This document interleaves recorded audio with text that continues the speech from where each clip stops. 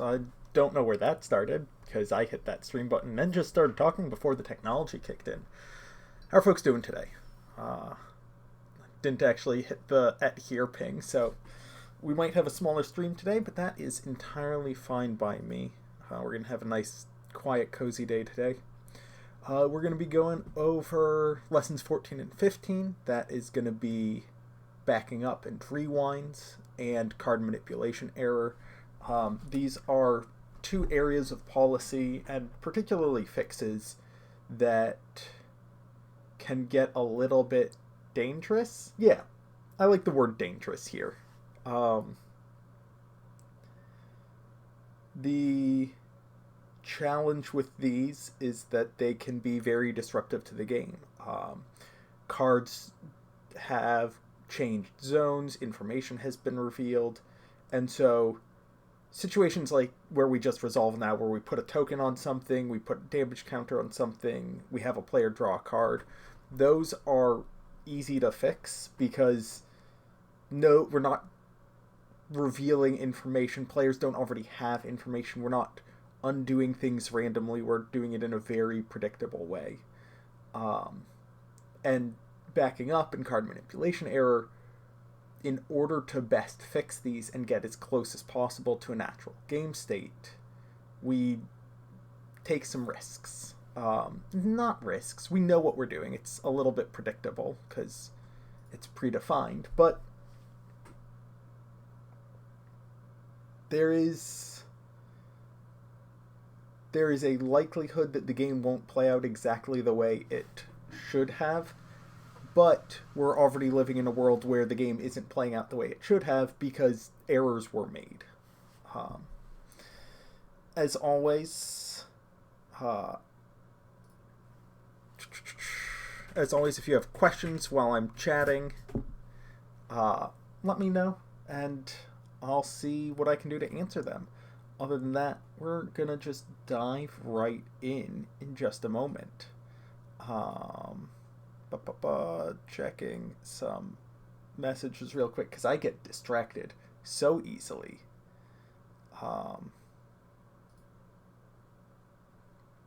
Right. Okay. So let's start talking about rewinds and backups. The first thing I want to do before we actually talk about rewinds and backups is talk about what rewinds and backups are not. Rewinds and backups are completely separate from reversing decisions, also known as takebacks.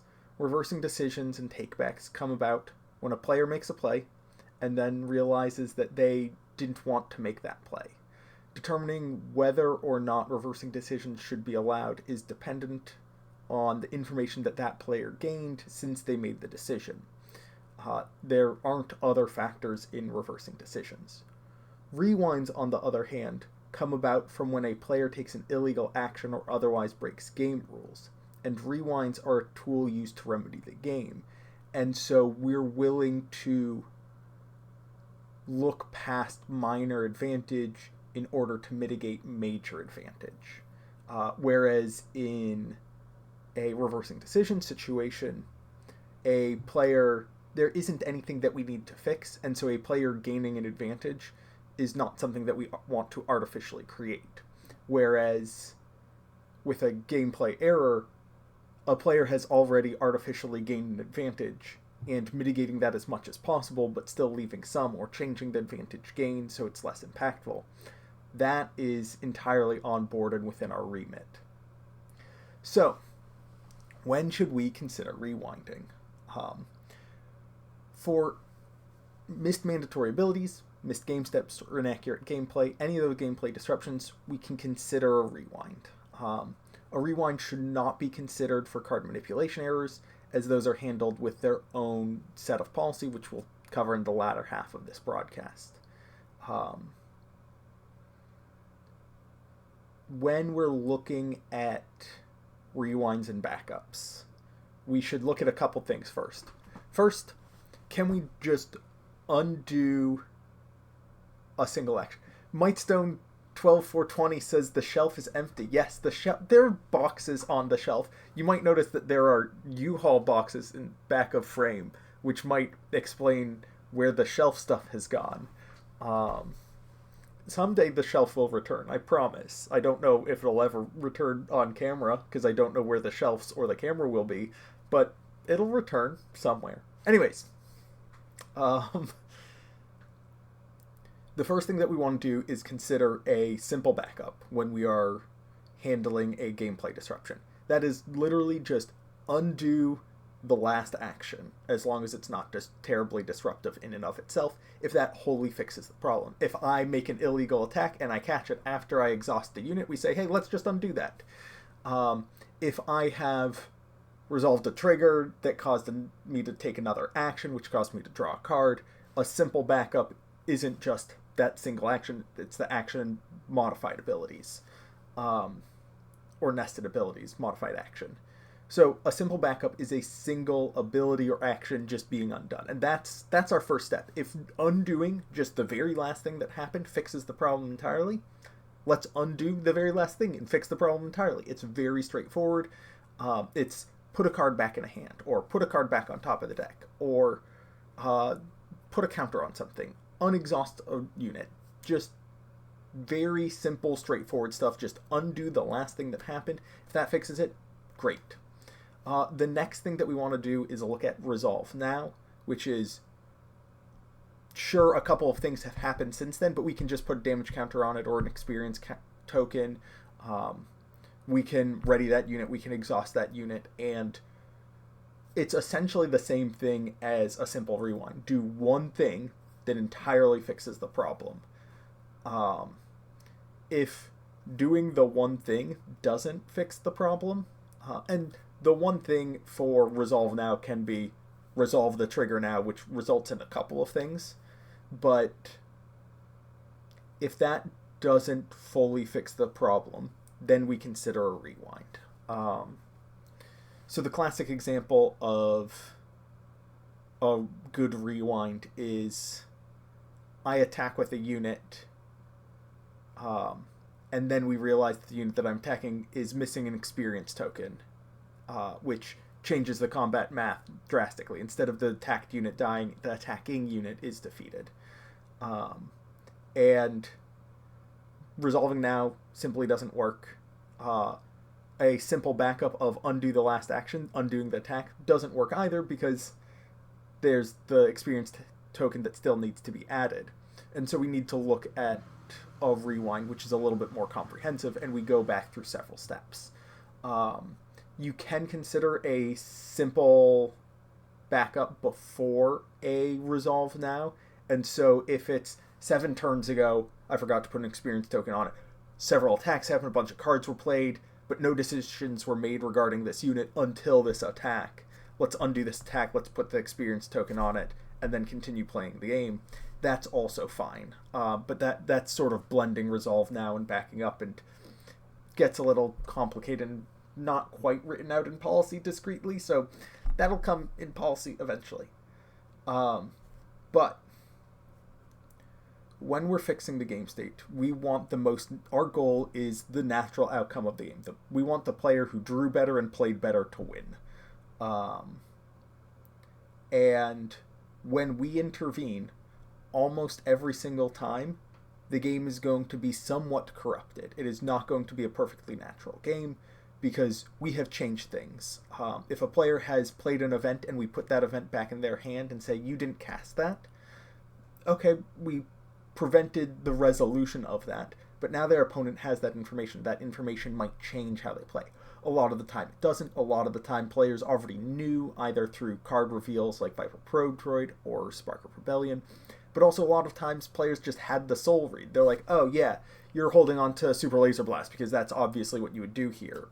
Or yeah, your lines of play indicate that you have an Avenger in hand and you're going to be playing it next round. Of course you have an Avenger in play, I'm not surprised. Similarly, if we undo an attack, it's like, yeah, of course you were going to attack my base. I don't have any units over there and I have Sentinels in space and you want to see if whatever, right? Ideally, the result of a rewind is you go back in time, undo the illegal action, and then the game resumes, and everything plays out exactly the way it happened in the first attempt, except the illegal thing doesn't happen. But there will be some things that we can't change, like information gained, or the reason why we do backups is because players may, after the fix is in, realize that decisions made based on that faulty information are no longer good decisions and want to take different decisions in this more accurate game state. So, let's talk about gaining information. The classic example here is a player plays Super Laser Blast for the incorrect number of resources, or a player makes an illegal attack, their opponent plays Super Laser Blast legally, and then we realize the error. Two things have happened here. One, the player now knows about their opponent's Super Laser Blast, and so that might change their course of action. And two, we can't resolve now and say, oh yeah, just attack differently, make a different but legal attack, with the knowledge that Super Laser Blast is going to be played and resolved, because it might change. Knowing that Super Laser Blast is definitely being played might change their line of play. Furthermore, their attack might then become an attack where they definitely lose the unit because they know Super Laser Blast is being played anyways, so they might as well get some value out of it from something. And so we don't want to lock players into lines of play based on a false reality. But doing so, players will gain information. However, it is okay that players gain information. You should take this gained information into account. But a player gaining information doesn't mean that you absolutely should not rewind. The player gaining information means that you don't allow them to perform a take back or reverse their decision, as we were discussing earlier. And while we want to avoid giving players information during a rewind or any fix, sometimes it is unavoidable during a rewind, and that information is less disruptive than the illegal action itself.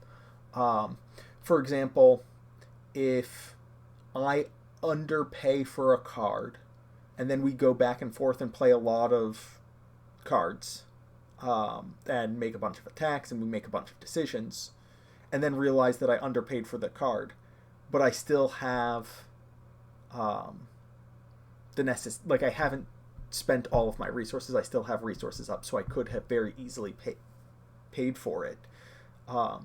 Potentially rewinding there is more disruptive than simply leaving the game state as is if we're already in regroup. If we're in regroup, it's like, okay, we're about to ready all of our resources anyway.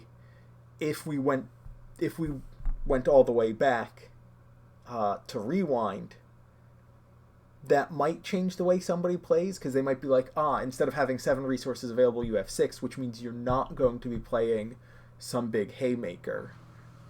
And even though that haymaker wasn't played, the possibility of the card being played may have informed the decision. Rewinds are really complicated. You don't just take into account what's in play, but you take into account what's in players' hands, what they might have played, what they were thinking, their strategy, what information they gained, and you want to have as small of an impact as possible. Something else that makes them tricky is sometimes cards legally move into a hidden zone.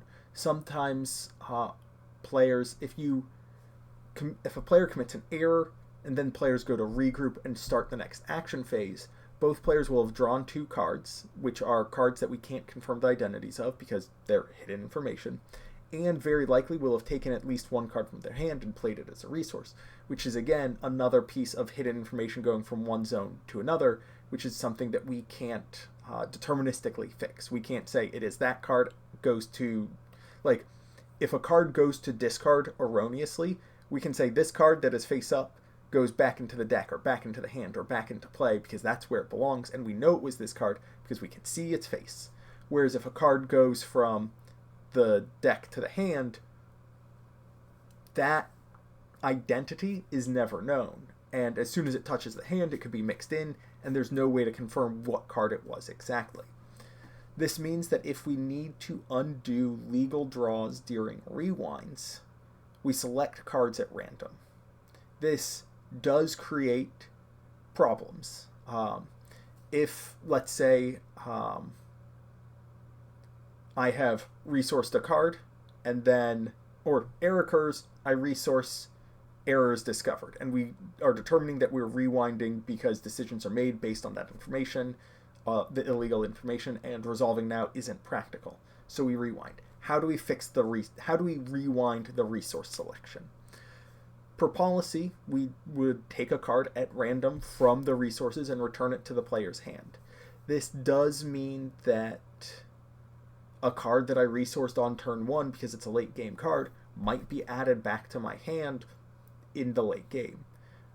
We can work with a little bit of narrowing down. For example, if the player says, yeah, my opponent has kept their resources clumped into like 3, 3, 3, and 3, and they just played one into that last group of 3, I don't know which one it is, we can be like, great, let's just pick one of these 3 at random. It's a smaller set, and it is more likely to be the specific card in question, and so it is most likely that we have the more natural outcome. If cards are being moved to the deck, they should not be shuffled in. This is because the cards were legally drawn, and they may have been cards, since they were randomly selected, cards that were in the player's hand for a long period of time, and are supposed to be in their hand. If we shuffle them away, the player loses access to cards that they may have been building their strategy around. Leaving them on top means that we're going to relatively soon as the action phase ends and we go to regroup, we're going to draw 2 cards, and so we'll probably get to them relatively quickly. And while there will be some disruption from the rewind, it is significantly better than shuffling those cards away permanently. If those cards are bad, it's also important that we keep them, because that player was supposed to draw those specific random cards, or they had those random bad cards in their hand, and we don't want players to get reshuffles unnecessarily and be able to potentially shuffle away bad cards.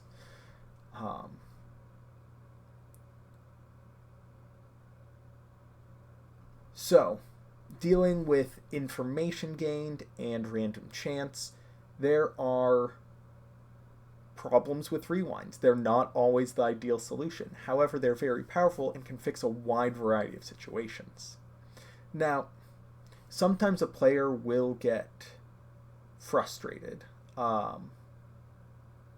because a player will gain access to information legally, and then we will randomize that information away. The example I use in the lesson is an error occurs, a player plays Inferno 4 or R2D2, looks at the top card of their deck, puts it back, play on, errors discovered. When we go through the rewind, the way we rewind this is at the beginning of this situation, back when we started, when the error occurred, the player had a random deck, and we need to get back to that state rather than one where they know what the top cards of their deck are. So those cards would be shuffled away. Now, a player might just be like, but I knew the identity of those cards. Therefore, like, I legally learned them. Those cards are the cards that are supposed to be on top of my deck. But it isn't supposed to be that card. It's supposed to be a random card. And while that card was a random card, once you know it, it is no longer a random card. So, for example, if we do that rewind but don't shuffle away, now this player has no reason to play Inferno 4 because they already know what the top card of their deck is, and they know it's a card that they like, and the other card that they didn't like was shuffled into the deck. That's relatively damaging. Speaking of shuffling cards in, when we do this, Mightstone12420 says, how have you sold players on the rewind, and do you try to get buy-in from both players as you go step by step backwards? So yeah, we can jump ahead to... Do I talk about that in this script? Where do I talk about this? I talk about it somewhere, but it is important to absolutely get the player buy-in and make sure that you have everything understood. when you're performing a rewind or planning on performing a rewind, the first thing you should do is tell players, don't do any of this. Don't do any of what I say. We're going to just go backwards from now to the point of error. And so you can either, I'm not sure which, you want to reconstruct the timeline first. You want to reconstruct everything that has happened between the error and the present. And there are two approaches to this. One is from the error to the present, and one is from the present backwards. I find more success working backwards from the present because players remember the most recent thing more easily. And so I say, okay, what is the last thing that happened? You attack with that unit. Great. What is the thing that happened before that? You played that event. Great. What is the thing that happened before that? You played that unit. Great. What is the thing that happened before that? You made that error. Okay, cool. So the rewind would be undo this attack, undo this event, undo playing this unit, undo the error in that order. Does that make sense to everybody?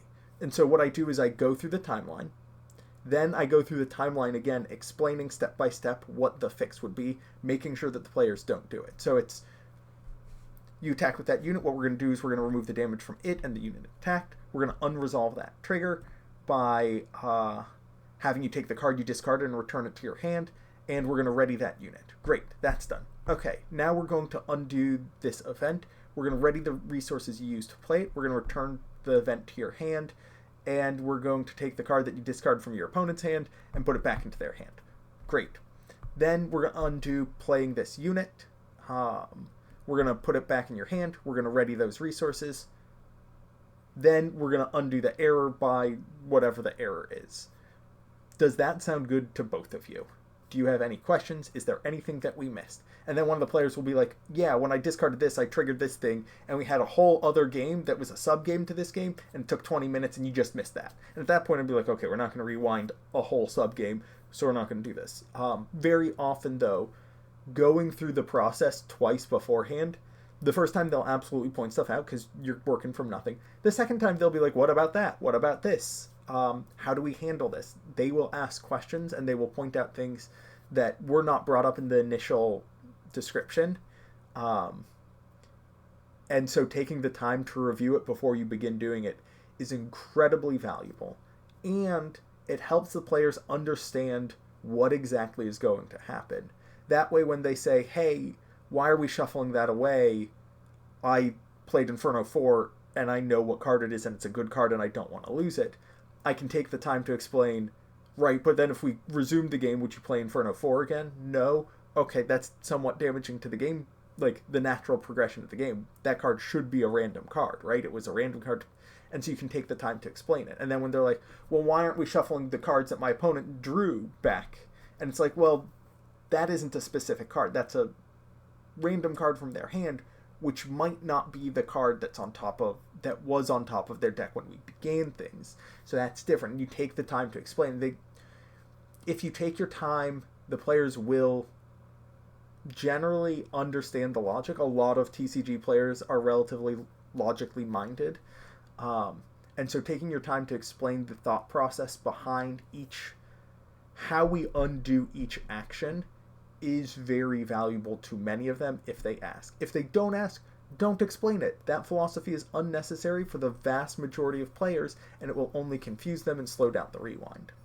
The other thing that I want to add on the topic of rewinds and like this explanation, it took me a minute or two to explain this hypothetical rewind. It would also probably take like another minute to investigate to actually figure out what happened in this hypothetical, maybe two, maybe a minute to just be like, hey, is this cheating? No, it's not. Okay, let me just ask a couple questions. Where are we in the game? What round is this? Who's winning?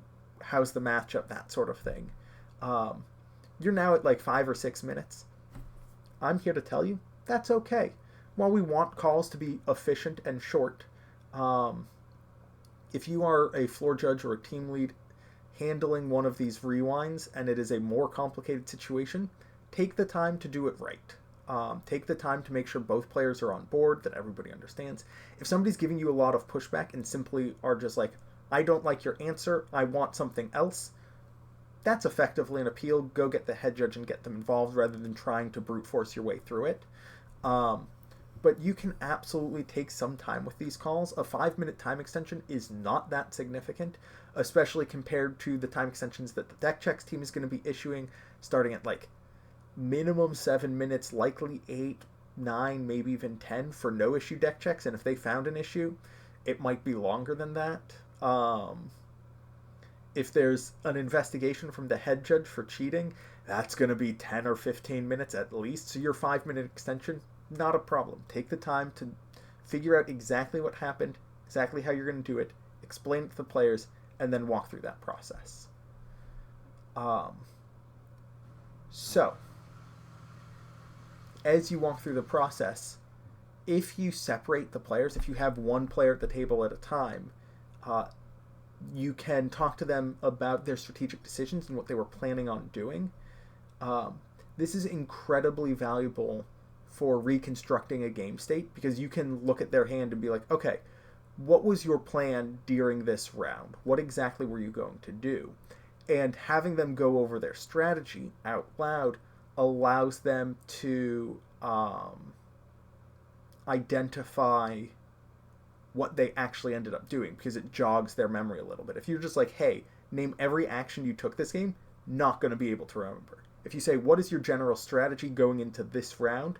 Okay, consequently, what were your actions based on the cards that we can see in your hand and can discuss? If the opponent is there, you cannot talk strategy, you cannot talk about cards they have in their hand, because that's giving them way too much information and can simply be solved by shoving them off to the side and say, can you just stand away from the table out of earshot for a minute while I talk to your opponent? I'm going to talk to you next. It also lets you know if, like, you can go through and be like, okay, so here are all the things that happened.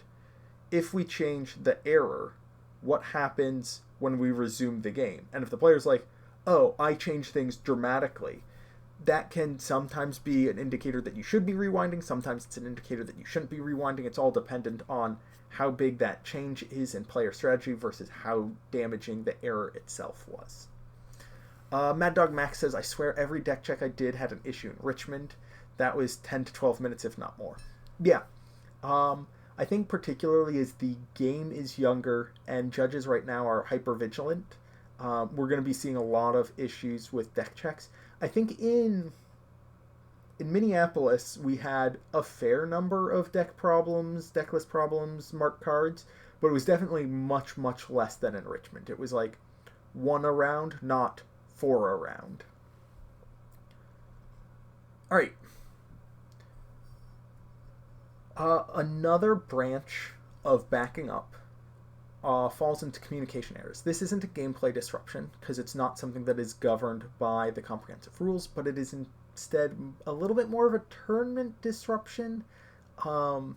It's not about a player taking illegal action, but a player communicating something inaccurately. They may say that, for example, they have 2 cards in hand when they have 3, or a unit has a different power or remaining HP, or describe what keywords an upgrade gives. Say it gives restore instead of raid, something along those lines.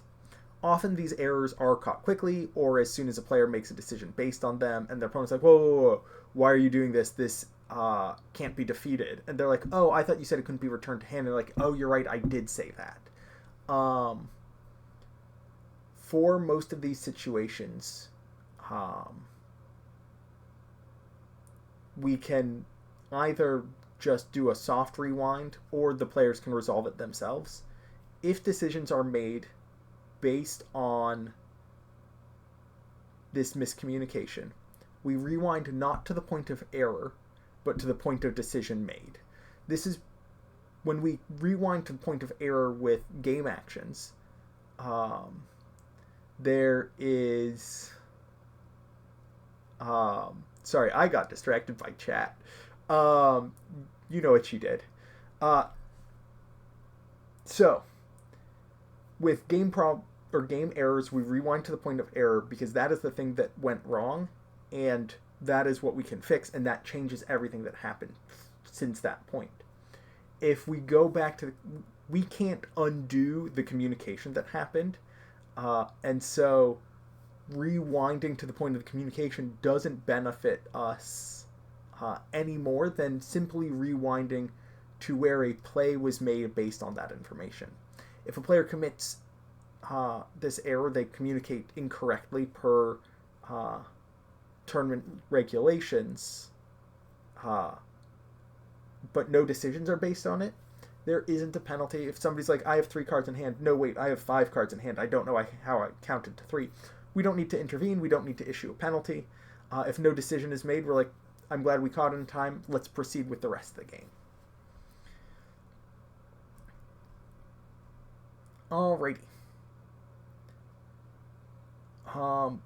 The last thing that I want to talk about in this section is consultations and rewinds. At larger events, when you have many judges, even from PQs on up, you'll probably be asked to consult with some subsection of the judge staff whenever you're considering a rewind, whether or not you think you should or should not. When you're like, ooh, I don't know if I should rewind here or if I should proceed to the next step in our troubleshooting plan. As we've mentioned many times, both in the lesson itself and in this broadcast, rewinds can be very disruptive, and judges can have different tolerances and judgments of the feasibility of a rewind. Similarly, some judges with less experience might be like, oh, I don't think I can rewind that, I don't know how we'd rewind that. And a judge with more experience, or a judge that has a lot of player experience, can be like, oh no, that's very easy to rewind and won't be disruptive to the match at all. The things that would be, the information that would be revealed, or the decisions that have already been made, those aren't going to be impacted by us undoing them. They're going to play out just the same. So, when you come to another judge to consult for a rewind, if you haven't been involved, or if that judge hasn't been involved in the call, if they're not shadowing you along the call, here are a few best practices. 1, let them know that you're consulting for a rewind and that this is a live call. A number of times, a judge has come up to me, not just Star Wars judges, this includes many experienced judges, and they're like, hey, can I ask you a question? And I'm like, sure, hit me. And they ask me a question, I'm like, that's an interesting question. What do you think? Well, let's look at the policy real quick. And I take it as a teaching moment. And then after talking for 10 minutes, they're like, okay, I'll go back to the table now. And I'm like, why didn't you tell me that players were waiting on us? If it's a live call, first thing you should say, hey, live call, looking for a rewind. Then I know, hey, players are waiting on us. And rather than using the Socratic method to teach the person that I'm working with and help develop them, I'm like, oh, this is something that needs to be resolved immediately. Here's what I am thinking. Here's my process. Let's go to the table and take care of this as quickly as we can. Or as efficiently as we can. Speed isn't important. Efficiency is. But once you're like, hey, I have a rewind. It's a live call. I think we can rewind here. Let them know whether or not you think a rewind is feasible or not. Then, after you just are like, base level, I think it's possible, tell them what the error was, which is player attacked a base instead of a sentinel. And then everything that happened since that point in chronological order. Or go back in time, but it's usually better when you're recounting this to start at the most recent, or start at the error and then move forward, so that the judge in question knows what the error is and knows how disruptive that error itself is when they're evaluating how disruptive the fix is. After you do that, explain what your rewind would be step by step, just like you were talking to players. Then recommended, optional but recommended, bring the judge to the table where the players are so that your consulting judge can observe the game state directly. It's possible that you missed something, or the players are like, hey, while you were gone, we realized that we didn't actually make a mistake at all because there's something giving it +1/+1, and so it dealt the correct amount of damage. We're just bozos. And that lets you cut the call short. Similarly, to bring the judge to the table, taking a picture of the board state is very similar. It lets the judge begin to process the board state as you're walking across the hall. This is more relevant for large events, like 500 plus players. At a PQ, it's going to be 10 seconds to get to the table. At a 500 player event, it's a minute maybe, and you're having a baseline discussion. So make sure that you let them know that it's a live call, let them know what you're thinking, let them know what the issue is and what the fix would look like, and have that discussion. Have as much information available on hand as you can. Mad Dog Max TV asks, what's the penalty for being a bozo? As long as you're not too much of a bozo, nothing. If you're too much of a bozo, you're not allowed to be that stupid. I was talking with somebody earlier today about the philosophy of disqualifications. And sometimes a player is not allowed to be that stupid. For example, if a player playing in the top 8 of Galactics tells me, I thought defeating a resource from Han 1 was optional, that's why I didn't defeat a resource. I'd be like, I don't believe you. You're not allowed to be that stupid. You're not allowed to be a bozo in that way. Everybody knows that defeating the resource on Han 1 is not optional. Otherwise, the card would be genuine. Like, card is very good. Card would have been banned 12 months ago if it was an optional defeat. So, you're not convincing me of anything. You're not allowed to be that stupid at this level of event. So really, being a bozo is usually nothing or leave the hall. But do we have any questions on rewinds and backups? Because if not, we're going to move on to card manipulation error. And I'm going to take a sip of my hot chocolate because I've been talking for a half hour.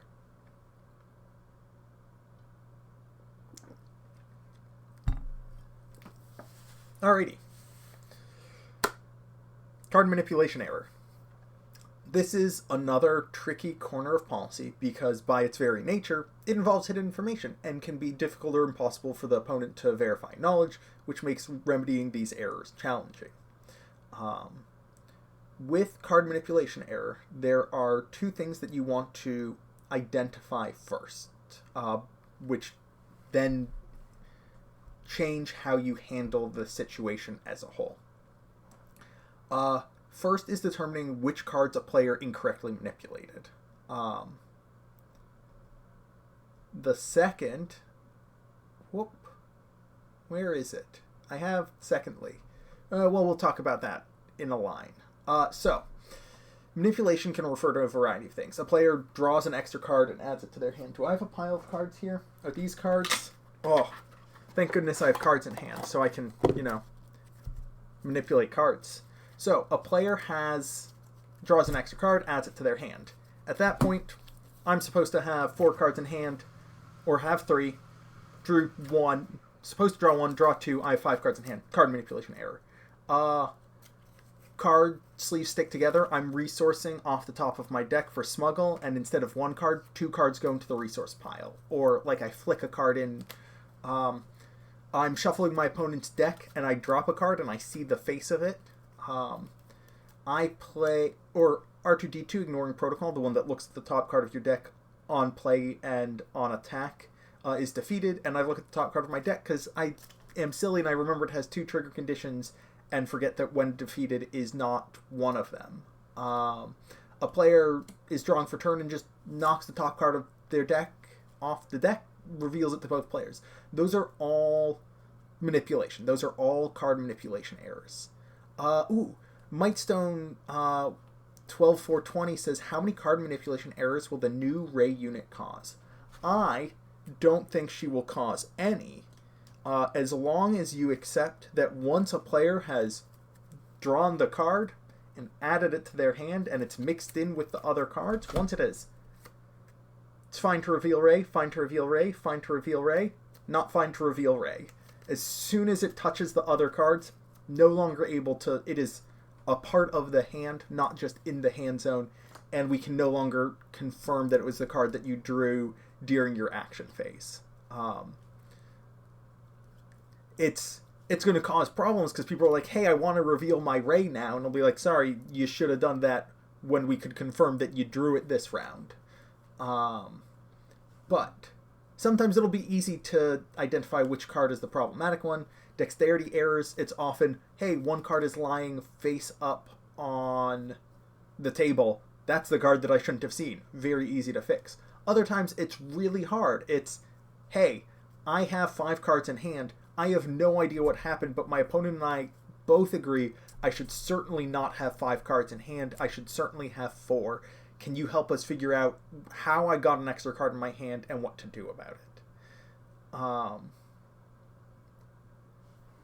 If the opponent of the player is the one who can clearly identify which card is the problematic card, we can use that information to fix. So if I say, oh yeah, this is the extra card I drew, we're not going to use that information. We don't trust the player who committed the error. It's not that we don't trust you to be an honest player, it's that you don't have an incentive to be honest because you could be gaining an advantage, and it's relatively easy to hide it, and we have no way to verify that information.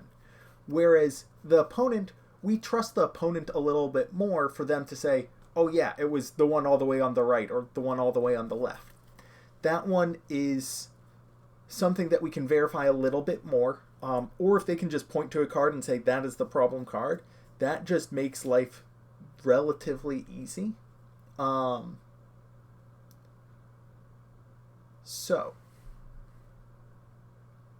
if we can just identify the card, great, that's it, we'll take it, move it off to the side, and handle it from there. However, once the active player has manipulated the erroneous card into a set of other hidden cards, it becomes much more difficult. So you shuffle it into your hand, or it slides in between two resources that gets flipped off the top of your deck, or you shuffle your deck when you're not supposed to. These are all card manipulation errors. Even if you're trying to clarify the situation, if you're like, no, these two cards are the ones that I drew then, and then this card is one that I drew now, and you stack them on top of each other, and now you have a set of three, even if you, the player, are trying to help, we can't use that information. You'll have a stack of 3 cards. It's important to ask the opponent if they're able to identify the card that needs to be addressed. Most of the time they're going to say, no, sorry, I can't be very confident, when it's not also obvious to you as a judge. Now, what happens if you're unable to identify which card or cards are the erroneous cards? Do we just leave them as is? No. There are a few more steps we can take to identify which cards are erroneous. First, we can ask to see both players' notes. If a player played Spark of Rebellion and wrote down their opponent's hand, we can use that information to be like, okay, these cards were definitely in your hand before the error, and so they're not the erroneous card. It was one of these 3 cards, rather than one of these 6 cards.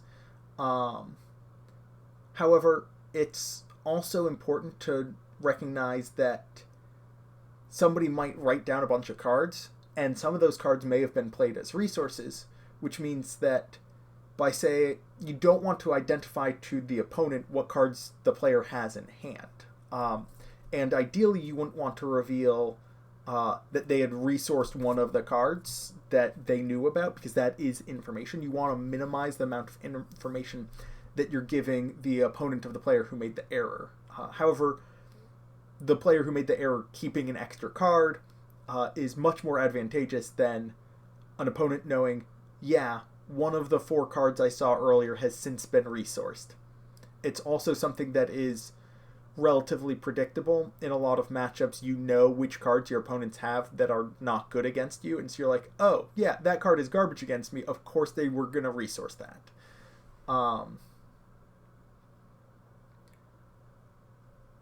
So, once you rule out cards this way, there's a chance that they're still unknown cards, and it's important to remove the excess cards and return them to the proper zone.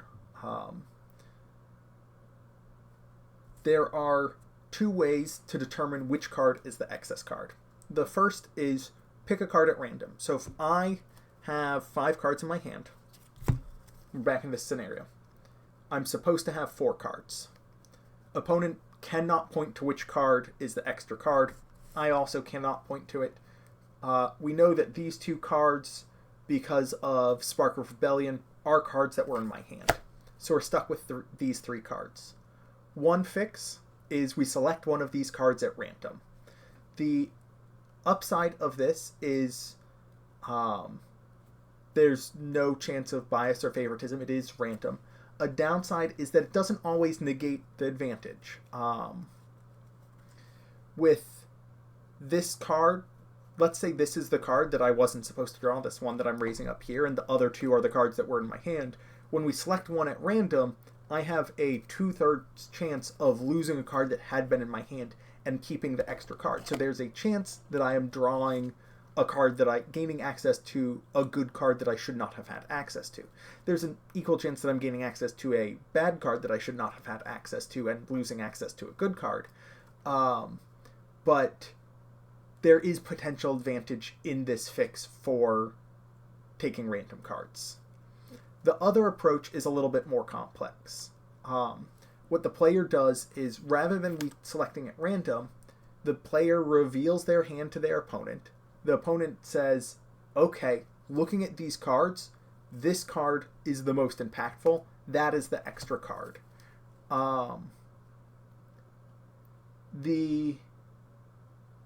This is obviously a better fix in the fact that it mitigates any potential advantage. Because if the extra card I drew was the best card in my deck, it's the card I needed to win me the game, that card is no longer in my hand. I no longer gain the potential advantage I could have gained.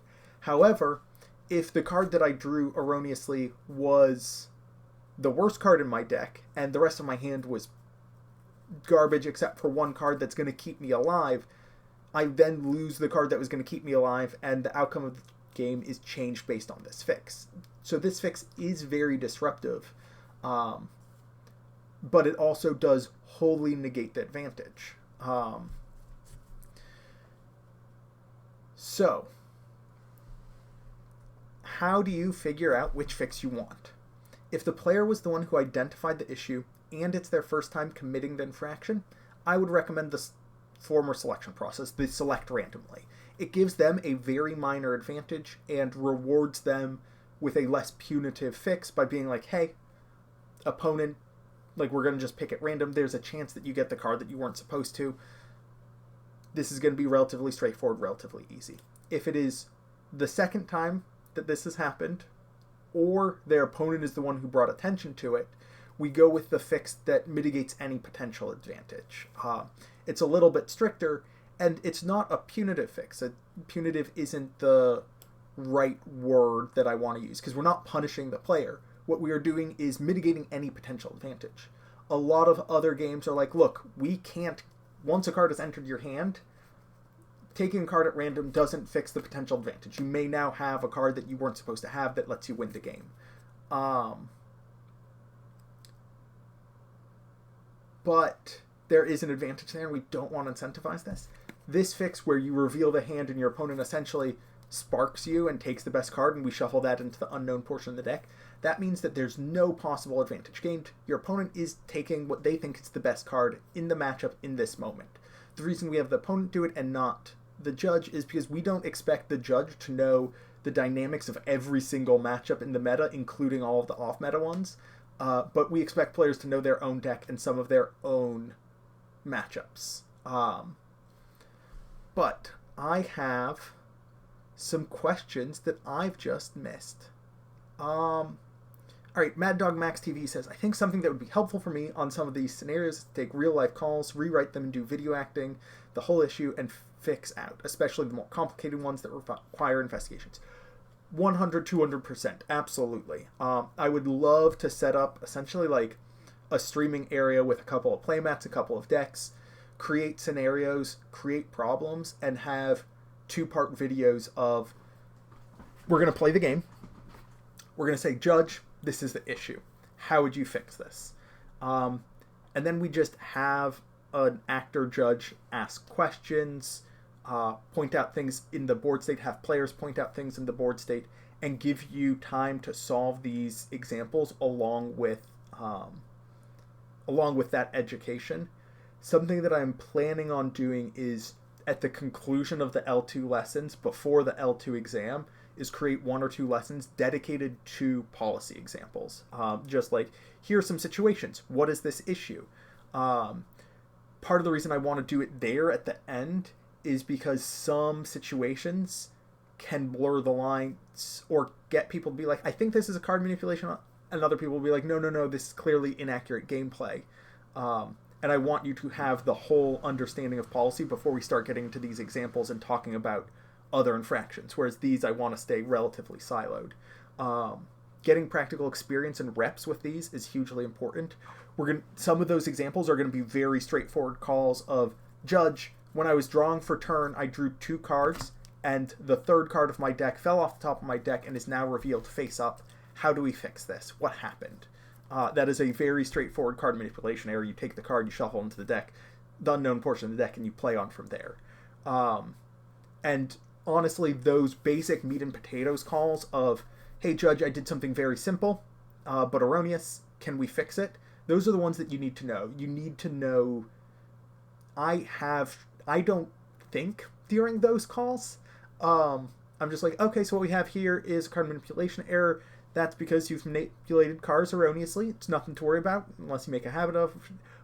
Opponent, are you able to identify which card was the extra card? You're not. Okay, that's not a problem. Do you have any knowledge of what's in your opponent's hand? Have you played anything like Spark of Rebellion or Viper Probe Droid? You have. Okay, what cards do you know are in your opponent's hand? Okay, let's note those. Okay, so we're going to set these cards aside face down.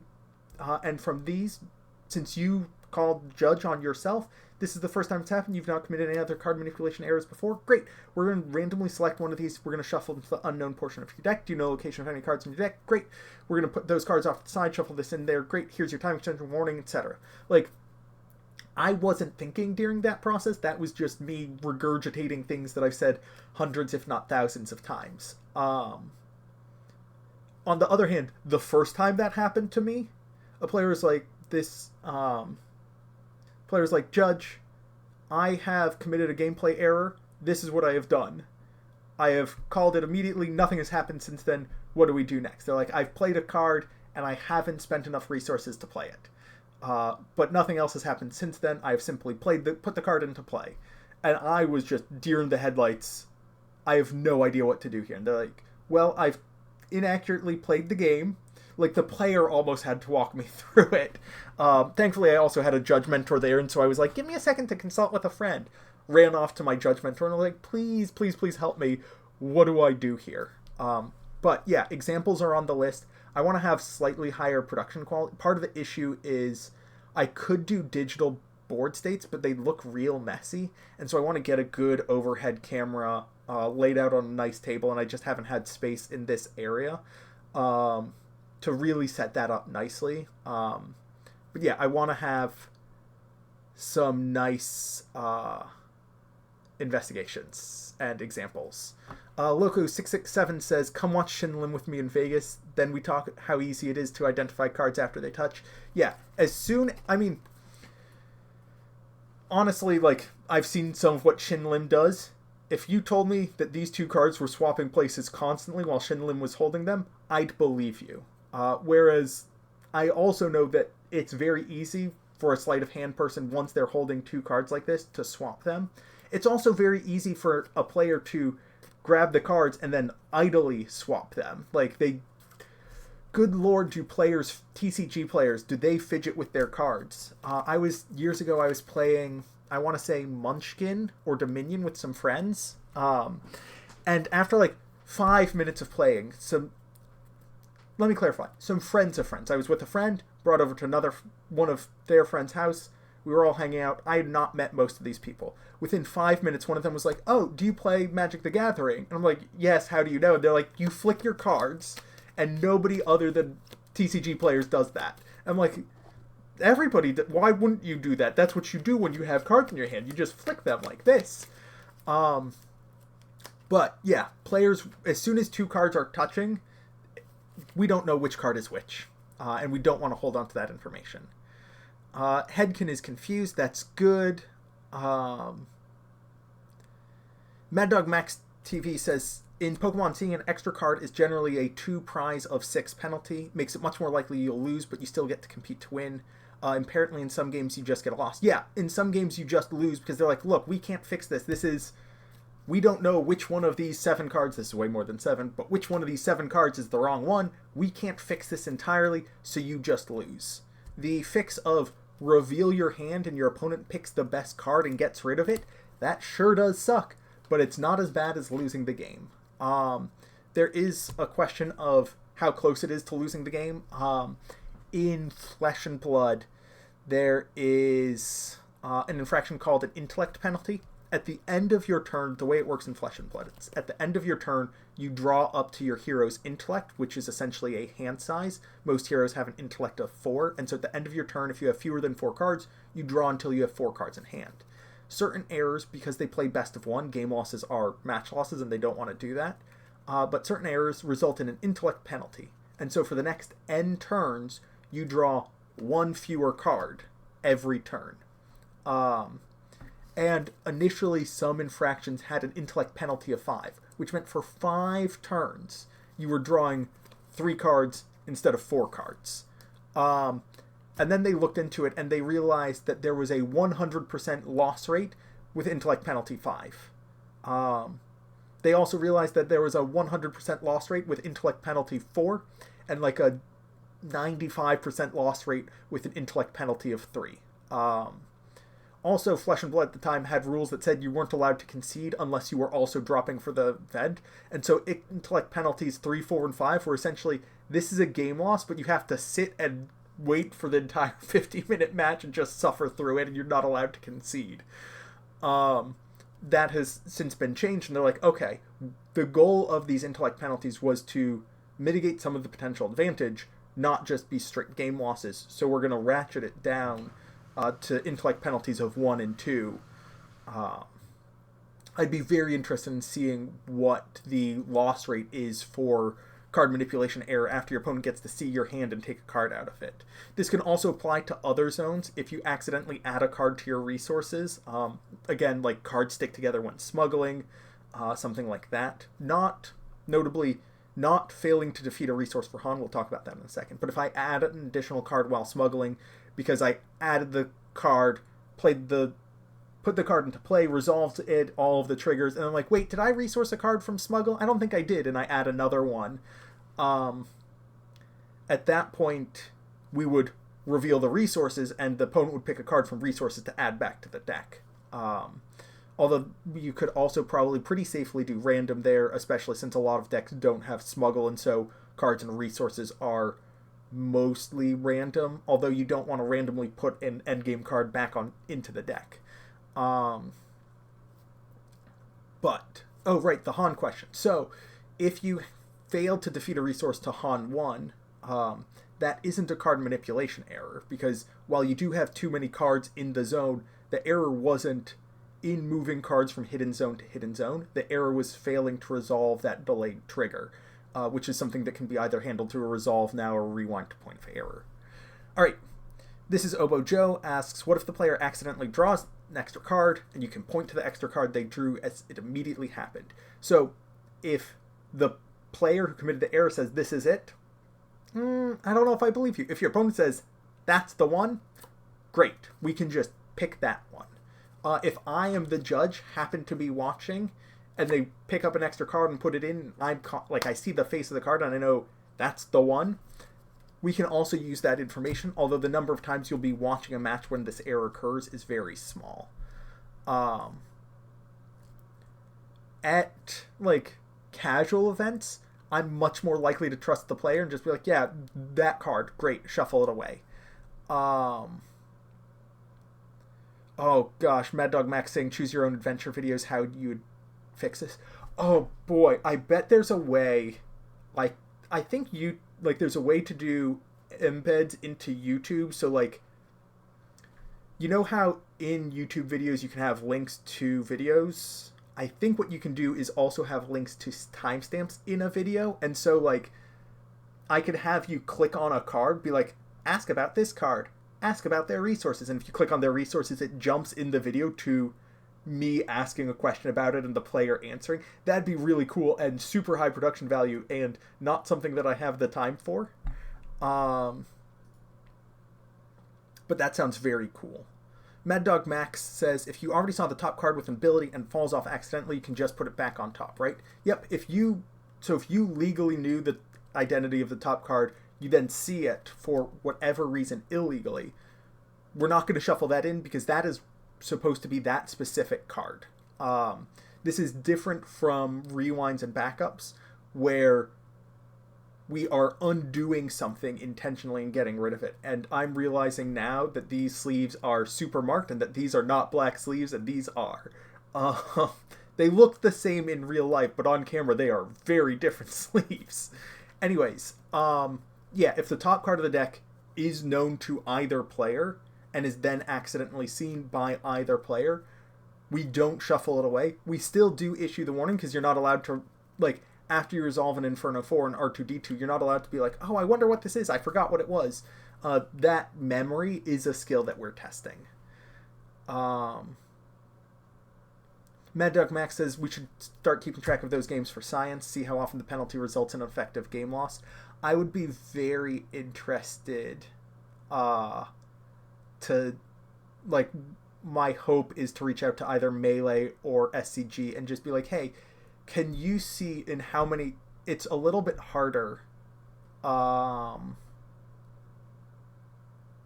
to do for best of 3 games, because Flesh and Blood is a best of 1, and so if you lose the game where you got the intellect penalty, you lose the match, and that's recorded very clearly. Whereas if you lose the game where... or if you lose the match where you got a card manipulation error, it's very possible that you won a game in that match. And so it's a little bit harder. But I do want to reach out to, like, Melee or SCG and just be like, hey, can you tell me, of the matches where a player received a card manipulation error, what is the win rate of that player? But you also need to have, like, the fixes being consistently implemented and getting that data. Mightstone12420 says, definitely had a management video exam that worked like that. Get good actors, otherwise the cringe gets real fast. Yeah, I think you'd be getting me as the actor, or all of the actors. I don't know if you've seen those skits where everybody plays... I mean, you probably have if you've seen anything on the internet where one person plays all the roles. Oh boy, would it be cringe. It would just be me and a bunch of different hoodies playing different sleeve decks. Maybe I throw on different glasses or something. It's not like I have hair or a beard I can style differently. But yeah, getting the information for, like, the loss rate for card manipulation error would be not super accessible. Mad Dog Max says, being Jonah Kellerman. See, what you do is you put an extra...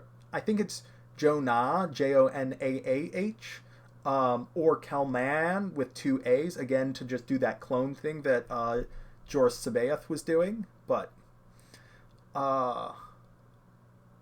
yeah. Alright. So, we've talked about identifying the card. So, we now know which one of these cards is the problem. This is the problem card. Determined because I said so. Either through the random method or revealing. Once we've determined what the card is, we need to figure out how we fix this. If the error was the card leaving the hand, going to either resources or deck, we just put it back in the hand. That's nice and easy. The hand is an unordered zone. The cards in the hand don't have any status, so we just put it back in the hand. If the error involves a card leaving the resources, this is, again, relatively easy because the resource zone is an unordered zone, so it can just be returned to the resource zone. However, we need to make sure that we have the correct number of ready and exhausted resources. It doesn't matter which cards are specifically ready and exhausted as long as we get the number right, because players are allowed to change which ones are ready and exhausted. And so we just go over the last round and say, okay, what cards have been played? What resources have you spent? What abilities have you activated? Great, you have 5 ready, 5 exhausted. You currently have 4 ready and 5 exhausted, so we're going to return the chosen card to your resource zone. It will be ready. We'll proceed from here. What happens if the card was in the deck? Well, then you just shuffle the card into the unknown portion of the deck. What's the unknown portion of the deck, you might ask? Well, as we were talking about, the deck is generally going to be random. Most of the time, the deck has been shuffled, and neither player knows the location of any card in the deck. However, let's say player has resolved Darth Vader commanding the First Legion and knows the bottom 8 cards of their deck. Those 8 cards are unknown random. They are in an unknown order, but we know how many of them there are. And so we know that these 8 cards, I don't know why I counted, it doesn't matter. We know that these 8 cards need to be on the bottom of the deck. The erroneous card needs to be shuffled into the rest of the deck leaving these aside. If we resolve 2 Darth Vaders and an Inferno 4, we are able to, through investigation and asking the players, identify how many cards should be on the bottom of the deck. Somewhere between, if we're playing Darkside Porgs, you could reveal a bunch of cards, but the minimum that, like, Vader could theoretically be playing 3/1 drops, so you're getting, like, and you're keeping both cards on top with an Inferno 4, so at minimum, there are going to be 14 cards from 2 Vaders and 1 Inferno 4 on the bottom that you know, and at maximum 22 if you just whiff on both Vaders. And so ask players, do you know location of any cards in your deck? How many there are? Sometimes this can get real tricky. If a player's playing Leader Yoda, Sensing Darkness, and they're unsure how many times they've activated his ability, much less how many times they've chosen to put a card on the bottom of their deck, what you can do is send their opponent away and start talking strategy again. Just be like, okay, do you remember the identities of any cards that you put on the bottom of your deck? And they're like, yeah, I put a Endless Legions on the bottom of my deck. And you're like, cool, there's an Endless Legion and 4 cards beneath it. Was that the first card you put on the bottom? They're like, yep, that was the first card I put on the bottom. You're like, great, these 5 cards at the bottom of your deck, you don't need to know them because we're testing, like, part of it is testing your memory. We're going to leave that. We're going to shuffle the rest of the deck. Or if they're like, okay, Endless Legion, great, that's the 3rd card. Was that the first card you bottomed? No, there was at least 1 more, maybe 2. All right, let's put those 2 off to the side and shuffle the rest of the deck. You don't need to be 100% precise with this. Take the time and try to be. But if a player's like, honestly, I don't know if I activated it 1 time or 2 times, that 1 card, just leave it on the bottom of the deck. It's likely not going to be significant. And the idea is the erroneous card that's getting shuffled back in is in an unknown location. And that all cards that we do know the location of aren't added back into the deck. For example, if we played a Vader and bottomed all 3 of our Vigilances, and we really want to see those Vigilances again, we don't want a player to be incentivized to be like, Judge, I accidentally looked at a card. Can you please shuffle my Vigilances so they're not in the bottom 6 cards of my deck? I would really like to draw them before I die. And so this is why we preserve information. You can look at cards in play, cards in discard. You can ask the opponent about what they know. Just talk to players. It is a skill that you'll develop, and really it's one that you'll develop through practical experience. We're going to have some examples in an upcoming lesson, but no matter how many times I tell you the steps and the processes, it will take actually engaging with a player to understand it. My strongest recommendation is play with friends and be like, hey, if you screw up for minor things, if you accidentally look at an extra card or draw an extra card, call me over so that I can try and fix it. Trying to fix gameplay errors in casual games like draft night with your friends at home, or in a Twin Sons game if you want to challenge yourself because there's a lot of chaos going on there. That's the best way to get experience because it's ideally in a judgment-free zone, or at least a judgment that you've chosen to buy into because your friends make fun of you for, fun. That's where I'm at. But it's low stakes. Like, the games don't matter, and so if you screw up the ruling, nobody cares. Heck, your friends are probably going to ignore it anyways and do what they think is best. But it gives you real experience with real players. Any scripted scenario that I give you, any example that I give you, isn't going to be that real experience, because players are going to sometimes say, I have no idea what has happened previously in this game. I am running on an hour of sleep because I spent all night gambling because we're in Vegas. And you're like, okay, cool. That's not helpful in fixing this situation. And sometimes your friends, being a participant in mock judge calls is also very valuable for you as a judge, even real judge calls. But I just remember a scenario where somebody was like, hey, like I had made some error and they were trying to help me figure out what had happened. They're like, what did you do on your last action? I was like, honestly, no clue. Like, I know this action I attacked with unit. What I did before then, that was in my head 10 seconds ago. It is no longer there. And so it gives you that sense of just understanding when a player says, I don't know what happened. And that's very valuable. But let's see. Mad Dog Max says, I wish Melee had a way for staff to see all penalties in an entire tournament in one list, unless that's just a higher position thing. Yep. That is available to staff level members, so somebody who can see all of the events by the tournament organizer. There's a log for all penalties for all tournaments that tournament organizer has run. So if you own the store or the organization, you get to see every infraction any player's ever committed in any event you've ever run. But that is very limited in scope and is really only, like, if you have a serious investigation, you're like, hey, I want to investigate cross-event, I would like to look this up. That's something that you can do. That's a resource you have. And so the data exists. It's just not available to judges by default.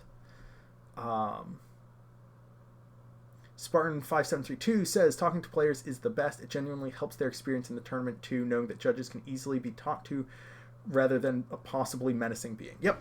This is something I deeply, deeply encourage, just like on a philosophical level.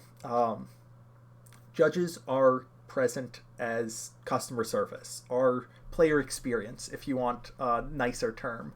Our job is to make sure that players want to come back and play again. That is why tournament organizers hire us. The fairness and fun is how we deliver that, and a smooth, efficient tournament experience is how we deliver that. But it's also treating players like humans. A lot of the time when, like, if I see somebody doesn't have an opponent, because their opponent just hasn't shown up due to tardiness and absence, I'll, especially on long days, like in round 7 or 8 or 9, I'll just drop into that seat, because I've been on my legs all day, and be like, hey, you got a spare deck? Like, I'll be like, hey, what's going on? They're like, I don't have an opponent. I'm like, if you got a spare deck, I'll play you. This is a joke. I'm not actually playing them. But they get a good laugh out of it, and sometimes they're like, yeah, I have another deck. It's real bad against me. But just chatting with them, like, hey, how's your day going? Like, clearly we're at the bottom of the bracket, so it's not going great, but maybe asking, what are you on? What changes are you thinking of making? Like, talking to them like a human being is so valuable for their experience, because rather than sitting there for 10 minutes not being able to play and just wallowing in, I'm 5-2 and I'm 2-5 and I'm having a crappy time, and I'm just here because my friends are doing well and aren't ready to leave for dinner yet, but I really wish we could have left for dinner 2 hours ago. Having somebody be like, talk to me about your deck. Do you have any cards that were, like, outperforming? Do you have any spicy tech in your deck that really performed well? And they're like, yeah, actually, I did, like, 2 of the 3 games I won today were because of this weird sideboard card that nobody else is playing, and I feel great about that. Giving that opportunity makes them have a better experience, and it makes judges more approachable, and the more approachable judges are, the better it is, because players are more likely to call judges. Even in judge calls where you're issuing penalties, you can be relaxed about it. Earlier in my spiel about the card manipulation error, my description of escalation, warnings, and penalty points was, you don't have to worry about it unless you make a habit of looking at extra cards. By not being too serious about it, by being like, hey, this will be a problem, but it's not a problem now unless you consistently screw up in the same bozo way. I generally don't call players bozos to their faces. I sometimes do. But again, it's a read the room sort of situation. Like, sometimes we're just kind of into story time now. You will have sometimes, like, a match where the players call you 3 or 4 times for very similar issues, and when you come over, if they have goofy little grins on their face and they're like, Judge, we did it again, you're like, all right, at this point you know how to fix. You can just, like, be like, here, do you just want to input the penalty yourself on my phone? I can hand it to you. You know what this is. Just fix it. Like, you can have a very relaxed but still professional attitude, and that's very important.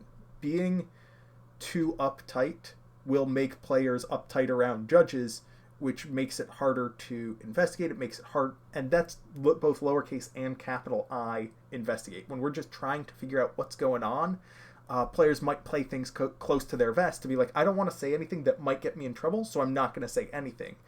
And we're like, we need you to say something so we can fix this problem. But players adding cards to their hand or resources, taking cards from their hands from their resources that they played early, all of these issues can result in a significant advantage. All card manipulation errors can result in significant advantage. This is why a lot of games have game losses or partial game losses as the penalty for these. And so you should always investigate players when you have potential concern. This investigation should occur even if the player called the error on themselves. We're going to be talking about investigations in depth in future lessons, but you can quickly look at like the cards they accessed or have in their hand now and just make a quick judgment. If a player's facing down lethal, but they have 2 laser blasts in hand and they have the resources to play them drawing an extra card probably isn't them digging for an out. They have multiple outs in their hand, and so there's very little reward there. If a player accidentally draws an extra card, but they have 17 cards in hand, probably an error, again, because drawing that 1 extra card doesn't help them. If a player has no cards in hand and is facing lethal and accidentally draws 2 cards instead of 1 off Heroic Sacrifice or something like that, or their opponent's very close to lethal and all they need to do is see for a cause I believe in, so they can just flip it off the top and dome their opponent. I know it's seeing less play, but I'm stuck in 2024. You can evaluate the risk and the reward just by looking at the cards that they have in play, or not even the faces of the cards, but the number of the cards, and be like, this seems like very little reward for significant risk, because your opponent will be like, hey, how are you playing something that costs 9 when I only have 8 resources? You're not playing a deck that cheats on resources. Or, how do you have so many cards in your hand? That seems like more than I have. This is not the number I expected from you. So, always just ask a couple of questions. They don't need to be asked out loud. Ask them of yourself. What's the risk and reward here? What cards do they have in their hand? What advantage are they gaining from this error? A lot of the time, just asking these questions internally lets you go, oh, yeah, there's nothing going on here. And sometimes it just has that little exclamation mark in the jagged thought bubble of, oh, there is a problem here. In any case, that about does us for card manipulation error. Our next broadcast is going to be on Friday, where we're going to talk about deck list problem and marked cards and deck checks. Which means that on next Tuesday, we'll talk about tardiness, slow play, and unsporting conduct to finish off the master event document. But with that, if anybody has any questions, feel free to toss them in the chat as we're wrapping things up. Mad Dog Max says, I wonder if any of the 501st Legion will come to Galactics. That would be very cool. And I have no idea. It'd be very cool to have some folks in cosplay wandering around. The Mando Mercs would also be great to see. I love watching the Mandalorians. Mando's on Parade. I can't remember. It might have been like Mandalorian March. I don't think it was Mando's on Parade. That's a Warhammer thing. But watching like 500 or like maybe more. It was hundreds of people in full Mandalorian armor in real life just walking past me for like 5 or 10 minutes. It was so cool. Anyways, it looks like I don't have any more questions in the chat. So thank you so much for joining me. I'll see you next time. And as always, good luck and have fun.